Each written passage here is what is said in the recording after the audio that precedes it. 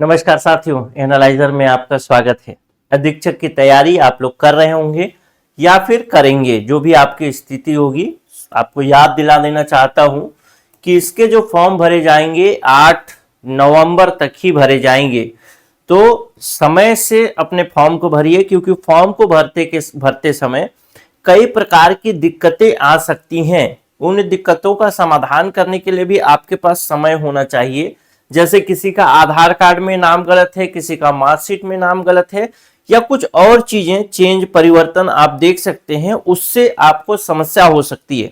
तो कम से कम अभी से फॉर्म को भरेंगे तो कोई दिक्कत आता है तो उसको आप समय के अंदर, तय सीमा समय के अंदर ठीक ठाक कर सकते हैं। इसलिए आपको समय से फॉर्म यानी अभी ही फॉर्म भर लेना चाहिए, ज्यादा विलंब नहीं करना चाहिए। क्लियर है? ये बात तो हमेशा याद रखिएगा। संभावित परीक्षा तिथि 8 जनवरी 2026 है, इसको भी ध्यान रखने वाली बात है। 55 पद आ रहे हैं और मुख्य रूप से जो इसमें विशेष जो योग्यता है, जिसके वजह से ये एग्जाम बहुत आसान हो जाएगा बाकी लोग, मतलब जो लोग फॉर्म भरेंगे, जो इसका अर्हताधारी है उनके लिए। ठीक क्यों? क्योंकि इसमें समाज कार्य यानी MSW मांगा है, समाज शास्त्र मांगा है, मनोविज्ञान मांगा है, और या फिर लॉ में स्नातक की उपाधि मांगा। देखिए मैक्सिमम लोग क्या करते हैं, समाज शास्त्र MSW तो कर लेते हैं, लेकिन कम लोग ही होते हैं जो समाज शास्त्र में MA करते हैं। उसी प्रकार से कम लोग ही होते हैं जो मनोविज्ञान में MA करते हैं। तो यह समस्या है कि इसमें क्या है, फॉर्म की जो संख्या है, फॉर्म की संख्या कम होगी। और साथ ही साथ सबसे मजेदार बात यह है कि जो लोग कंपटीशन की तैयारी करते हैं भाई, वो लोग सामान्य तौर पर अगर बोले तो कॉलेज पास आउट किए रहते हैं, यानी पीजी वो लोग नहीं किए रहते, यूजी किए होते हैं, अंडर ग्रेजुएट होते हैं, पीजी नहीं किए होते। तो जब पीजी नहीं किए होते और उनसे आपका कंपटीशन नहीं है, तो इसका मतलब अगर आपके पास है समाज शास्त्र, मनोविज्ञान या फिर लॉ में आप कॉलेज हैं, तो फिर आप जरूर भरिए इस फॉर्म को। साथ ही साथ कई लोगों का एक सवाल ये भी है कि क्या हमको समाज शास्त्र होना चाहिए, MSW, मनोविज्ञान तीनों होना चाहिए? नहीं, कोई एक होना चाहिए बस। ठीक है, ये बात आपको क्लियर हो गई होगी। अब बच्चों के मन में डाउट ऐसा है, क्योंकि पहली बार डाउट होना भी जरूरी है, क्योंकि डाउट इसलिए होना जरूरी है कि अभी तक जो इस वर्ग के लोग हैं, जो MA किए, MSc वो MSW किए हैं या फिर समाज शास्त्र से MA कर रखा है, वो लोग कंपटीशन के फील्ड में तो थे ही नहीं।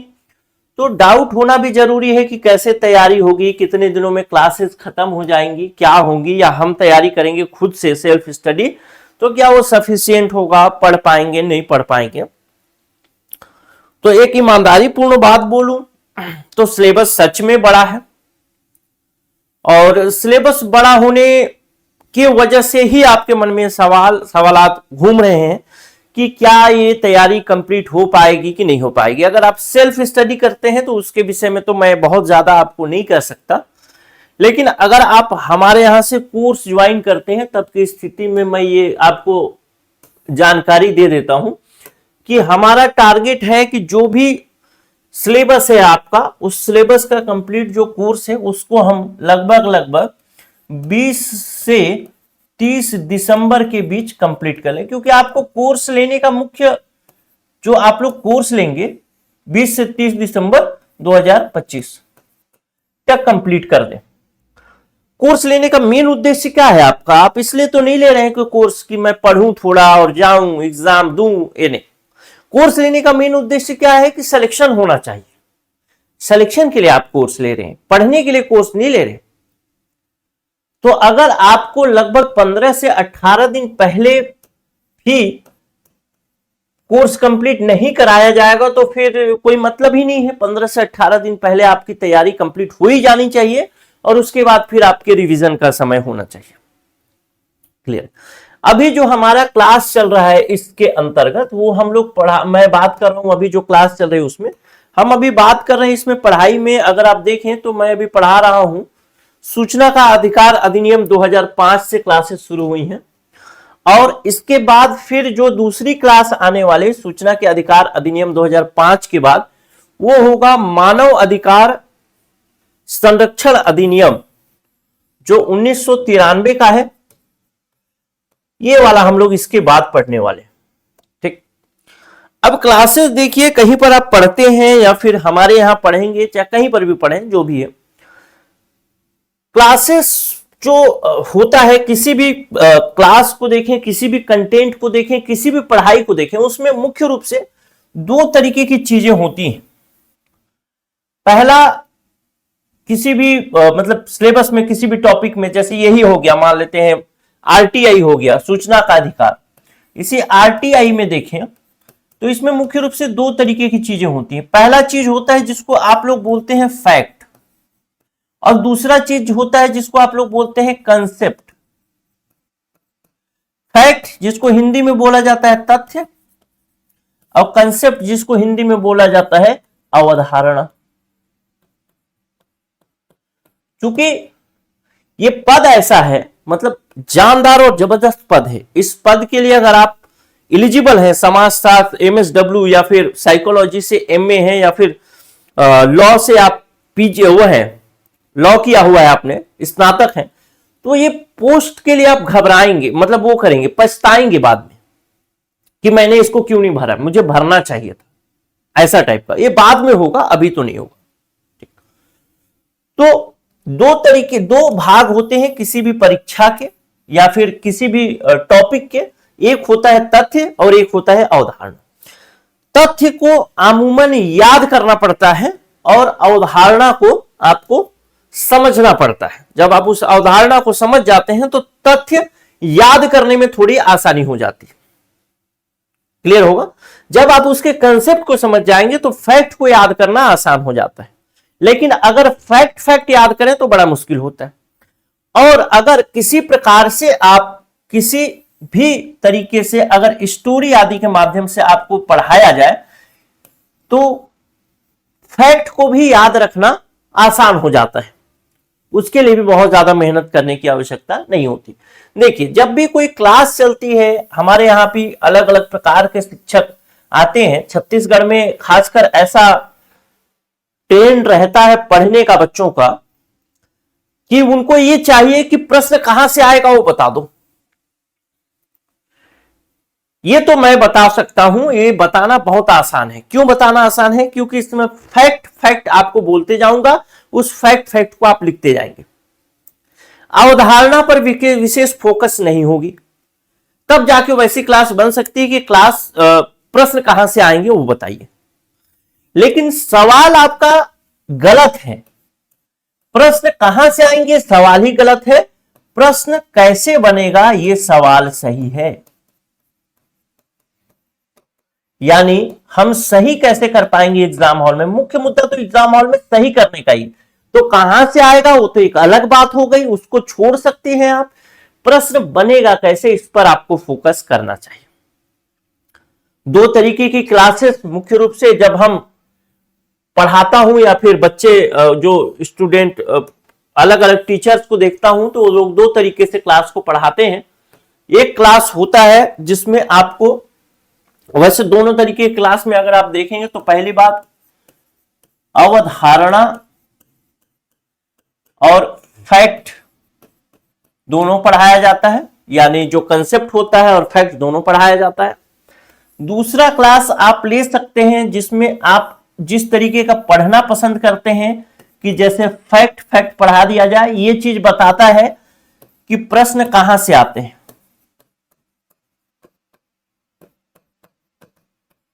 लेकिन ये चीज आपके लिए सफिशिएंट नहीं है, ये पढ़ाई बिल्कुल बेकार पढ़ाई है। और एक तीसरा पढ़ाई ये है कि आप अवधारणा और फैक्ट दोनों चले।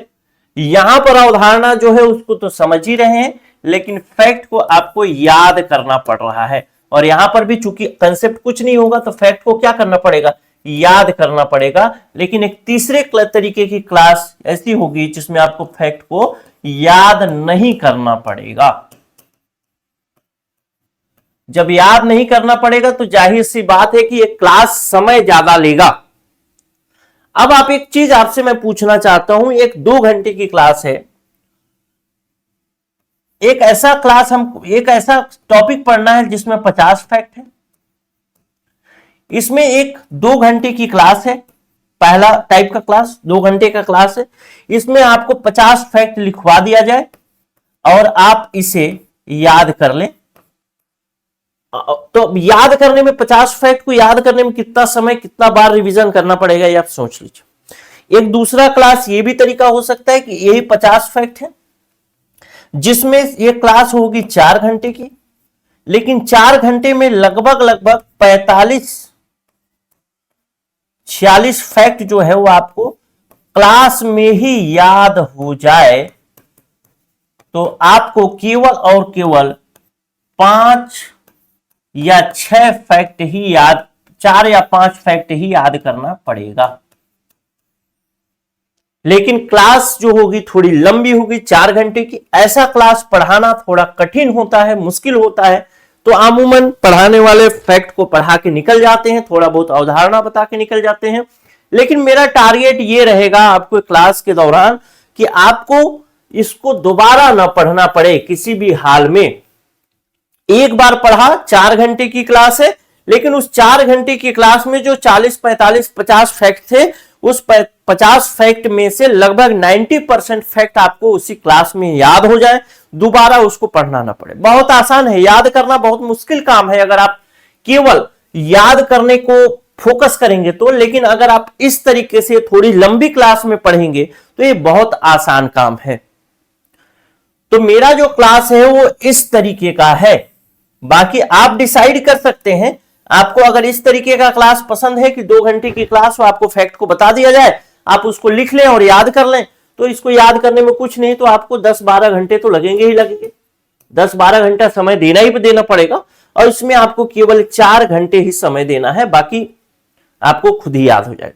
तो इस तरीके की मेरी क्लासेस होगी। मैं ऐसा पढ़ाने का थोड़ा अनुभव कम है, इस प्रकार से मैं थोड़ा पढ़ाने में रुचि नहीं लेता हूं, और मुझे लगता है कि स्टूडेंट के साथ थोड़ा न्याय नहीं होगा इस तरीके का पढ़ाना, तो मैं इस तरीके का पढ़ाना पसंद नहीं करता हूं। मैं इस तरीके का पढ़ाना पसंद करता हूं। अब ये आपको पसंद भी हो सकता है, नापसंद भी हो सकता है।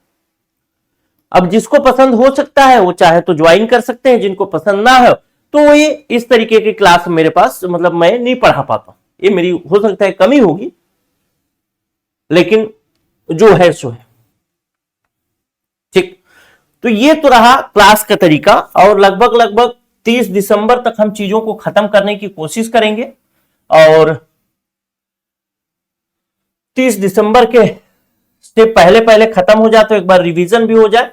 और अभी अगर समय है तो समय के साथ अगर आप तैयारी करते हैं तो अंतिम समय में आपको समस्या नहीं होगी। ये बात है कि बाद में नहीं तो फिर यही चीजें आपको याद करने में तकलीफ हो जाएंगी, चीजों को रिवाइज करने में समस्या हो जाएगा।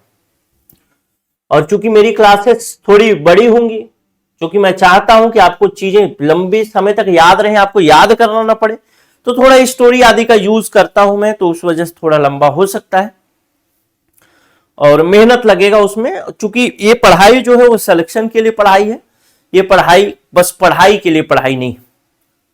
सेकेंड क्लास ऑफिसर का पद है, ऐसे पदों के लिए सामान्यतः सीजीपीएससी प्रीलिम्स, मेंस और इंटरव्यू लेती है। प्रीलिम्स में आपके फैक्चुअल चीजों को, मेंस में आपके अवधारणा वाली चीजों को, और इंटरव्यू में आपके पर्सनालिटी को टेस्ट किया जाता है। लेकिन यहां पर केवल और केवल एक 1 डे एग्जाम है, और उस 1 डे एग्जाम के बाद आपका इंटरव्यू है, यानी उसी 1 डे एग्जाम में आपके कंसेप्ट यानी अवधारणा यानी और फैक्ट यानी तथ्य, तीन दोनों को चेक करना है। तो उसमें फिर आपको थोड़े घुमावदार प्रश्न पूछे जाएंगे। और अभी मैं देख रहा हूं नीचे आपको व्हाट्सएप ग्रुप का लिंक होगा, उस व्हाट्सएप ग्रुप में जुड़िएगा, क्योंकि इस व्हाट्सएप ग्रुप में विभिन्न प्रकार के एमसीक्यू यानी जो पोल टाइप के एमसीक्यू डल रहे हैं, और इसमें मैक्सिमम लोग क्या कर रहे हैं, गलत उत्तर दे रहे हैं, यानी उनको सही उत्तर पता नहीं है, और वो सब तैयारी करने वाले, तो वो सब जुड़ गए हैं, गलत उत्तर दे रहे हैं। तो मैं ये कहना चाहता हूं कि अगर लोगों को जानकारी नहीं है, नहीं पढ़ रहे हैं, तो आप थोड़ा सा पढ़ करके आगे निकल सकते हैं। इसमें बस अंधे में काना राजा बनने वाली बात है कि आप थोड़ा सा पढ़िए और आगे निकल जाइए। सेकेंड पार्ट ही सिलेक्शन कराएगा, सेकेंड पार्ट में जी जान ठोक देंगे। जो अभी इसी प्रकार का जो एग्जाम था महिला पर्यवेक्षक का, जिसमें 60 प्रश्न पूछा था, सेम लगभग सेम सिलेबस था, उसमें से 59 प्रश्न जो है वो मेरे पढ़ाए हुए में से आए थे, एनालाइजर के क्लास पीडीएफ से आए थे। साथ ही साथ लगभग 400 के आसपास, 400 या 440 पोस्ट था, उसमें 56 प्लस लोगों का सिलेक्शन भी हमने दिया है पिछली बार। तो इसको भी आप थोड़ा सा ध्यान रख सकते हैं। कई लोगों को थोड़ा डाउट होता है कि भाई सिलेक्शन होता है कि नहीं, तो उस चीज को भी आप देख सकते हैं, बाकी कोर्स को अगर लेना चाहते हैं। और अगर आप कोर्स लेना चाहते हैं तो आपको इसके लिए डिटेल भी मैं बता देता हूं, ताकि आप कोर्स को जल्दी ज्वाइन कर लें। लेट नहीं करना है, क्योंकि बाद में समय नहीं मिलेगा रिवीजन के लिए, और बाद में लगेगा अरे बहुत जल्दी जल्दी जल्दी जल्दी करना है, और कुछ भी नहीं हो पाएगा। समय के साथ करेंगे तो सब कुछ होगा। नंबर है 94,064,21,014। इस व्हाट्सएप नंबर पे आप मैसेज कर सकते हैं। फीस के बारे में बता देता हूं, 10,000 प्लस जीएसटी फीस है, लेकिन इसमें शुरू के 20 स्टूडेंट के लिए 5,000 प्लस जीएसटी में था, लेकिन ये भी खत्म हो चुका है 20 स्टूडेंट वाला। फिर भी हमने इस ऑफर को एक्सटेंड किया है, और अभी अगर आप कोर्स लेते हैं तो 5,000 प्लस जीएसटी में ही मिल जाएगा। आप ऑफर का वेट मत करिए अगर आपको कोर्स ज्वाइन करना है तो, क्योंकि अब आपको देखना है कि आपके पास समय कितना बचा है, उस समय में आपको कंप्लीट करना है। अभी आपको इस फीस में ही मिल जाएगा। चूंकि क्लासेस लंबी होगी, बड़ी होगी, मेहनत ज्यादा होगा, इसलिए हमारा फीस आपको अन्य जगहों से थोड़ा ज्यादा लग सकता है, लेकिन क्वालिटी डिमांड प्राइस, क्वालिटी अगर डिमांड है तो क्वालिटी प्राइस मांगता है, संसाधन मांगता है, रिसोर्स मांगता है, उस हिसाब से फीस आप देख सकते हैं। फिर भी आपको 10,000 प्लस जीएसटी से कम में ही आपको 5,000 प्लस जीएसटी में मिल जाए।